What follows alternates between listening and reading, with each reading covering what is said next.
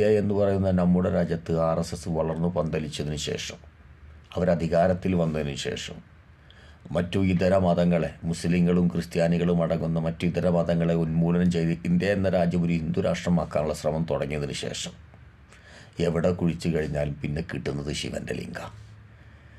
അത് ഇന്ത്യയിലെന്ന് മാത്രമല്ല, മനുഷ്യൻ്റെ കാൽപാദം എത്താത്ത അനേക രാഷ്ട്രങ്ങളുണ്ട്, അനേകം ഭൂമിയുണ്ട്, അനേകം പർവ്വതങ്ങളുണ്ട്. അവിടെ ചെന്നിട്ട് വെറുതെ തോണ്ടിയാലും കിട്ടും. ചതുരത്തിലുള്ള കല്ല്, ഉരുണ്ട കല്ല്, നീളത്തിലുള്ള കല്ല്, ഇത് എവിടെയും കിട്ടും. പക്ഷേ ഇന്ത്യയിൽ തോണ്ടുമ്പോൾ അത് ഉടനെ ശിവലിംഗമായി. അത് 100 കൊല്ലം ആരാധിച്ചിരുന്ന പള്ളിയായാലും വെള്ള, 30 കൊല്ലം ആരാധിച്ചിരുന്ന ക്രിസ്ത്യൻ ചർച്ചായാലും വെള്ള, ആരാധനാലയമായാലും വേണ്ടില്ല, ഇനി അന്നദാനം കൊടുക്കുന്ന ഭൂമിയായാലും വെള്ള, ഏതെങ്കിലും ഒരുത്തൻ്റെ പ്രോപ്പർട്ടി ആയാലും വെള്ള, വൃദ്ധസദനമായാലും വെള്ള, വിദ്യാലയമായാലും വെള്ള, കുഴിച്ചാൽ കിട്ടും ഈ നീളമുള്ള കല്ല്. കുറച്ച് പരപ്പൊക്കെയുള്ള ഒരു കല്ല് കിട്ടിന്ന് വരും.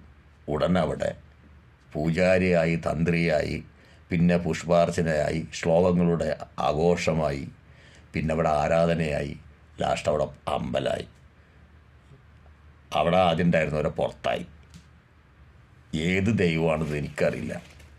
ഈ ലോകത്തിലെ സകല ചരാചരങ്ങളും മനുഷ്യനടക്കം സൃഷ്ടിച്ചത് ദൈവമാണെങ്കിൽ അവരിലെ ഒരു വിഭാഗത്തെ വേദനിപ്പിച്ചും അവരെ ചവിട്ടി പുറത്താക്കിയും അവരെ വാഹനം തല്ലി തകർത്തും ഒരു ആരാധന ആവശ്യപ്പെടുന്നൊരു ദൈവം ഏത് ദൈവമാണെന്ന് എനിക്കറിയില്ല.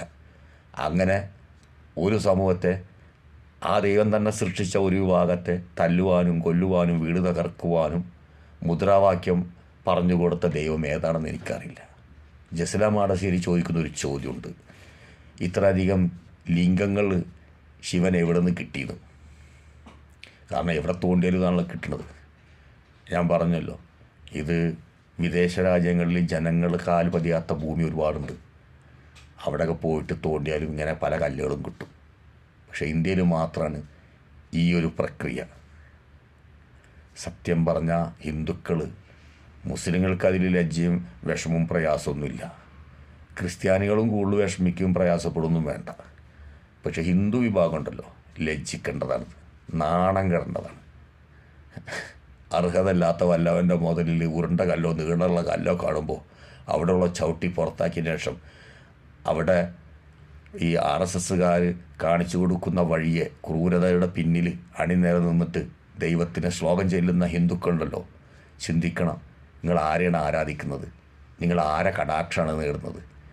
ഒരു വിഭാഗത്തെ വേദനിപ്പിച്ചും പ്രയാസപ്പെടുത്തിയും, ഒരു ഈച്ചയെ വേദനിപ്പിച്ചും ഒരു കൊതുവിനെ വേദനിപ്പിച്ചും സന്തോഷം കണ്ടെത്താൻ ദൈവം ആരോടും പറഞ്ഞിട്ടില്ല.